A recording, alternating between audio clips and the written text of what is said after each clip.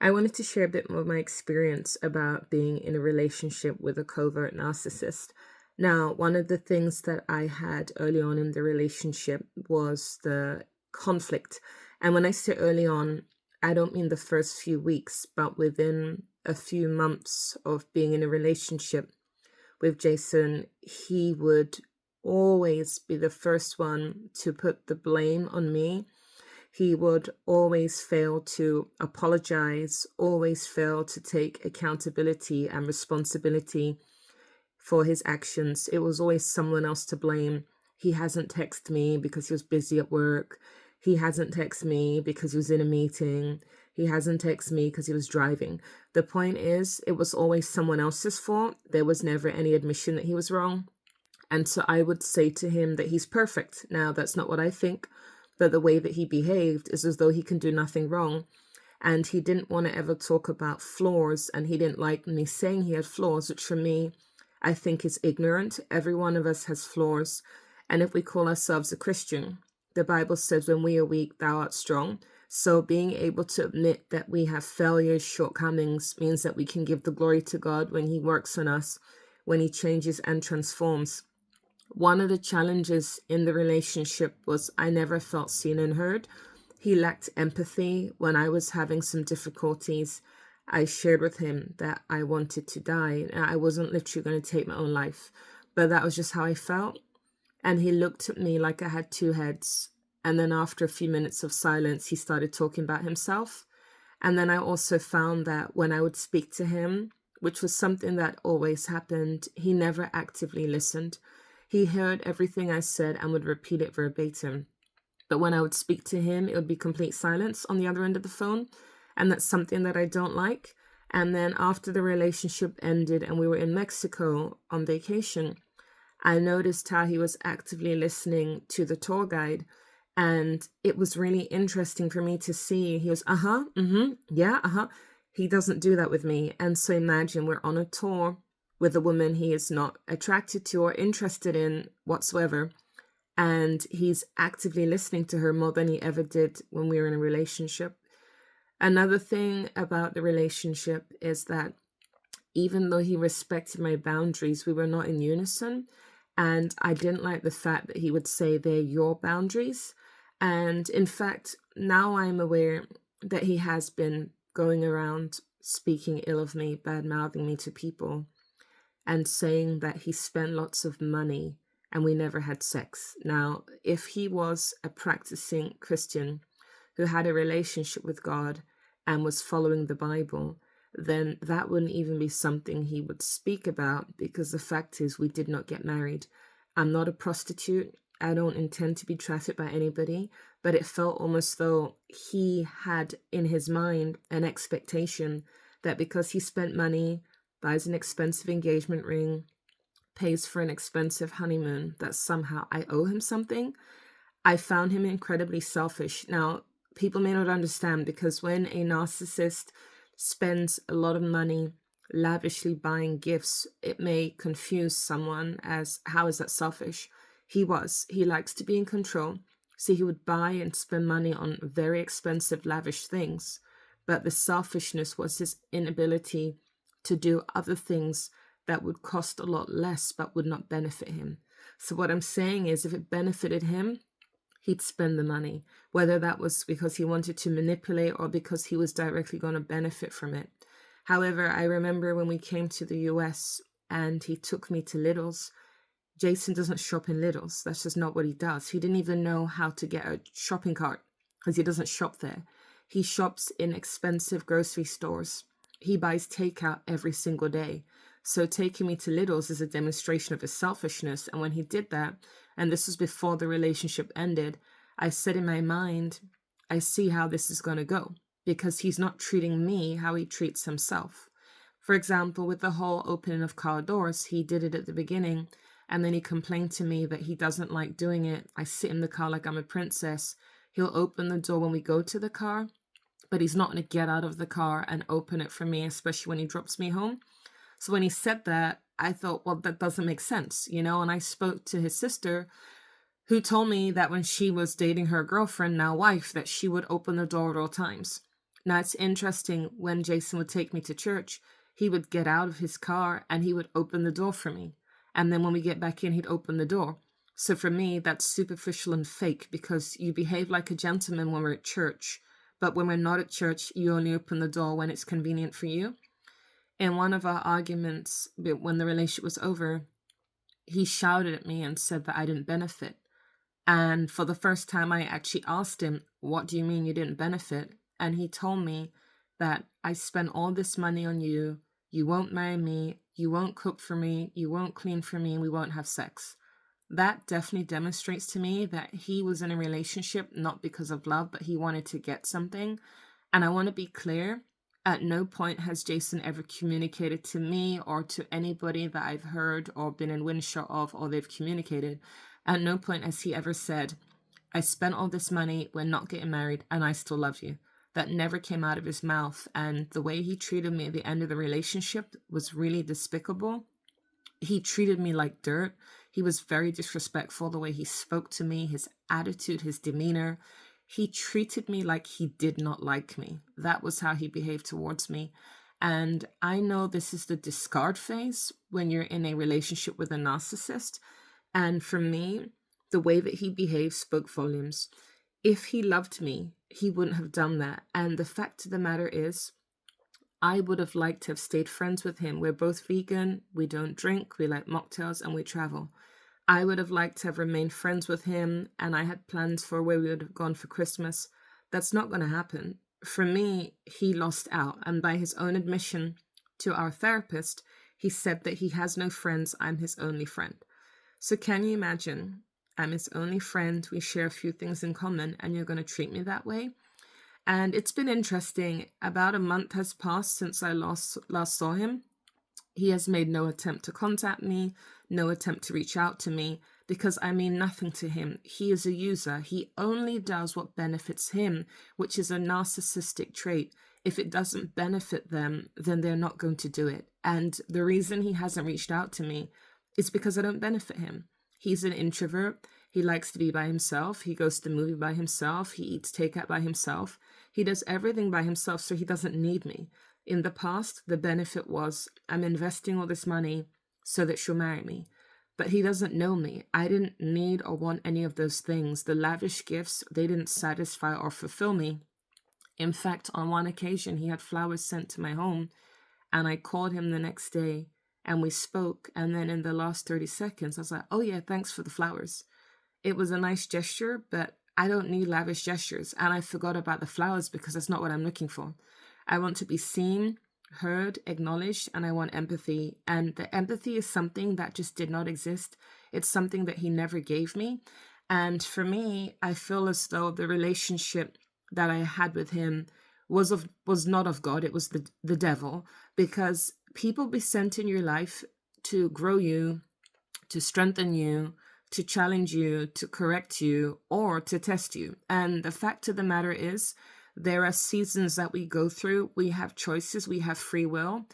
I believe that God had sent him. I was deceived. And the fact of the matter is, unlike previous relationships where I get involved with a guy, Christian, sometimes non-Christian, and then if they're not Christian, I pray that they'll become Christian. I invite them to church. If they are Christian, then I just kind of go along and, do the Christian walk, right? But what I'm saying is, with every other guy I've ever dated, I have never asked God first. Rather, I start to like the person I'm already dreaming about getting married. And then after so many weeks or months, then I ask God, is this the right person for me? With Jason, I decided, let me do things differently. And so I prayed to God to confirm if Jason is the one. And I believe that God gave me the confirmation the next night. And I approached Jason and I told him, and I quote, "I like you." And he said, "I like you too." And then I said, "Let's get in a relationship." So I initiated. That's not what I've ever done before. Yes, I can be direct. And if I like a guy, I have no qualms in saying it. This time was different. I can't explain why, but for some reason I was very nervous. It took me about an hour to tell him how I felt. I don't know why that was, because I'm a very direct person and I don't have any difficulties in just being straightforward. So it was strange that on this occasion, I was, nervous about speaking and confessing my interest. I will say that at no point in the relationship was I ever physically attracted to him whatsoever, which made it very, very, very easy to not want to kiss him. And I don't desire sex because I was abused. And so for me, abused as a child, just to be clear, sexually from 4 to 10. So for me, I had no desire. Like, if I'm not physically attracted to you, that is going to make things so much easier. But I know of many stories of Christians, men and women, who met somebody, were friends with them, were in a romantic relationship. There was zero physical attraction. The attraction grew. And when they were married, before the wedding day, they actually saw the inner beauty and the physical attraction was there. And when I explain this to people, without being too improper or direct, people who are ignorant, they're like, oh, but you need to be physically attracted. That's because they don't listen to me. If they listen to what I'm saying, the person, male or female, meets somebody, grows to like them, and eventually the beauty on the inside comes out, and they are physically attracted before marriage. I repeat that, before marriage, not after, before. So I had no qualms that there was no physical attraction whatsoever. And for me, it made moving on very easy because I was never attracted to him physically. I thought I was attracted to him on the inside, but the whole thing was all lies. I don't know if I mentioned last week, but he didn't want to have kids. He doesn't like games. Everything was a lie and a farce. And so now I'm in a position where I feel that I can identify a narcissist. I have concerns though, because a covert narcissist, it's harder to detect them. They're not as obvious as one thing I will say is it's really important to give time to a relationship, to not rush into it. And time, I would say at least 2 years before marriage. Of course, it doesn't mean to say that you're going to see everything, but I believe that the red flags, if they exist, will start to reveal themselves. And I think it's important to have conversations with friends and family of that person to truly get to know. And I think that requires a lot of wisdom. I don't think the right approach is, could you tell me about him? Could you tell me about her? Because from my experience, you're not going to get the full truth. His sister did not tell me the full truth until now. And I'm disappointed because we spoke about her brother and we made fun of him because I wanted to marry him. Yes, I thought that was God's will, but I didn't really like him. There were a lot of things I was unhappy about, but we were in pre-marriage counseling. I was praying, I was communicating. I know that I had my own shortcomings and weakness. The thing with Jason is he thinks he doesn't need therapy. He thinks he's healed. He is not healed. In fact, the way that he treated me now, is the exact way, the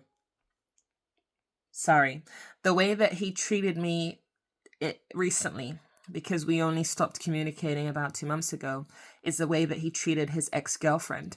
And that was 12 years ago for 7 years. So he hasn't changed. He isn't healed. He is delusional. And that's the word that I use.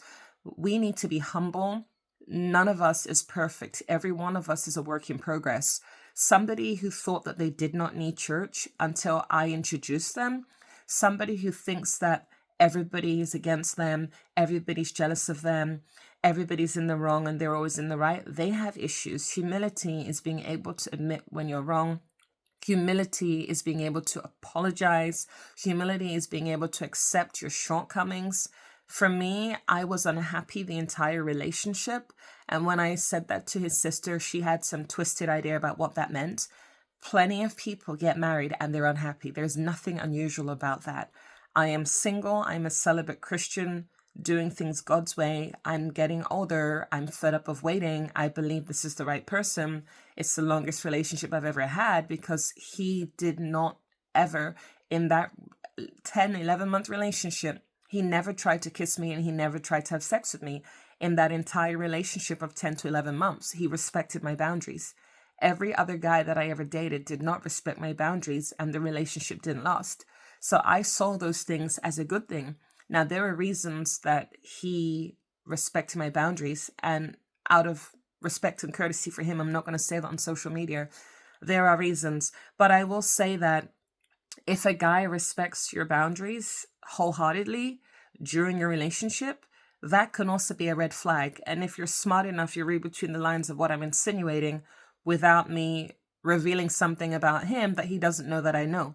The point is, looking back on it now, his ability to remain completely abstinent was a red flag, but I didn't see that. For me, we need to take everything with a pinch of salt. The Bible says, be wise as a serpent, gentle as a dove. That requires us to use wisdom, wise counsel, have accountability in that relationship, somebody who you can speak to and confide in. With us, it would have been the pre-marriage counselor, but if there's someone else in your life where you can communicate with them, if you're a male, female, a female, to be able to share these things, because too often, for whatever reason, we're embarrassed, we're ashamed, we are not willing to speak up about what's going wrong in the relationship. With the pre-marriage counselor, we were honest, and I'm grateful for that. With everybody else, people thought it was a great relationship. No, it wasn't. I was unhappy the entire time, and that is the fact. I thought it was my cross to bear. I thought, well, this is how it's going to be. I'll marry him, have kids, whatever. Like, when you want something and it appears to you to be what you think you want, then you go along with it, because nothing is perfect, right? But truth be told, it was not of God. Truth be told, he would have been physically abusive to me if I married him. I am convinced of that without a shadow of a doubt, as are my friends. I have countless audio recordings of how he spoke to me and how he treated me. And there was a post on Facebook and it says, if you are recording covertly a relationship you have with somebody, you're dating a narcissist. Who goes around audio recording? I'm a lawyer. I do not audio record anybody. That's not what I do. I'm a lawyer who doesn't record people because that's just not my nature. So for me to be recording this guy, that tells you something. And for anyone to hear those recordings and to put the blame on me, they are twisted. No man should ever talk down to his wife, disrespect them, shout and scream at them in a verbally abusive, aggressive, and threatening manner. That is abuse, and that's not okay. And it's interesting because I've shared that with a few people I'm close to. One of them is a female pastor, and she actually likes to sit down and say, well, Jason said he accepts you and you don't accept him. And you shouted too. When someone disrespects and shouts at me, I will shout too. However, between me and Jason, I was always quick to apologize, always willing to admit where I'm wrong. Jason saying, I accept you, Juanita, but you don't accept me, is a lie from hell. Because if that was true, he would not have threatened to divorce me a week earlier when we weren't even married. That isn't even funny. If someone threatens to divorce you, they don't accept you. He was like, oh, well, you're disrespectful. And I said, yeah, I apologize for that. I'm working on it. I go to my therapist. I'm vulnerable. I know my flaws and my shortcomings. He was unwilling to go to therapy, unwilling to do the work, unwilling to work on himself because he thinks he's healed. If anyone thinks they're healed, they need to seek outside opinions, because we can see in you what you can't see in yourself. And I'm disappointed and disheartened that this woman who's been married for over 20 years, she sat down and said, when you are silent to Jason and when he is silent to you and you ask him, Jason, you haven't replied, and he says, yes, I did. She compares those two things as being identical. If I am quiet, that is because I don't want to argue. I want peace. If I say something to Jason and he is quiet, and I ask him, Jason, you haven't replied, and he says, yes, I did, you didn't hear me. Number one, he did not reply to me when I asked him a direct question, which is disrespectful and rude. Number two, he has lied to me. And then number three, he is gaslighting me. Gaslighting is very different to somebody just remaining quiet because they want peace. Anytime I said anything to him about something he's done wrong, any kind of criticism, Jason would do the blame shifting where it was my fault. Jason would never accept his part or responsibility. Someone else was always to blame, and it always became an argument. That is not a healthy relationship. And I just want to encourage you to use wisdom when you're in a relationship. It should be healthy. It should be wholesome. You should be happy. You shouldn't need to give silent treatment in a healthy relationship. And if you do that, something is seriously wrong. Anyway, that's all I want to share for today. And I will share some more about narcissistic relationships to help you to make the right decisions, the healthy decisions when you're in a relationship or wanting to be in a relationship. Bye for now.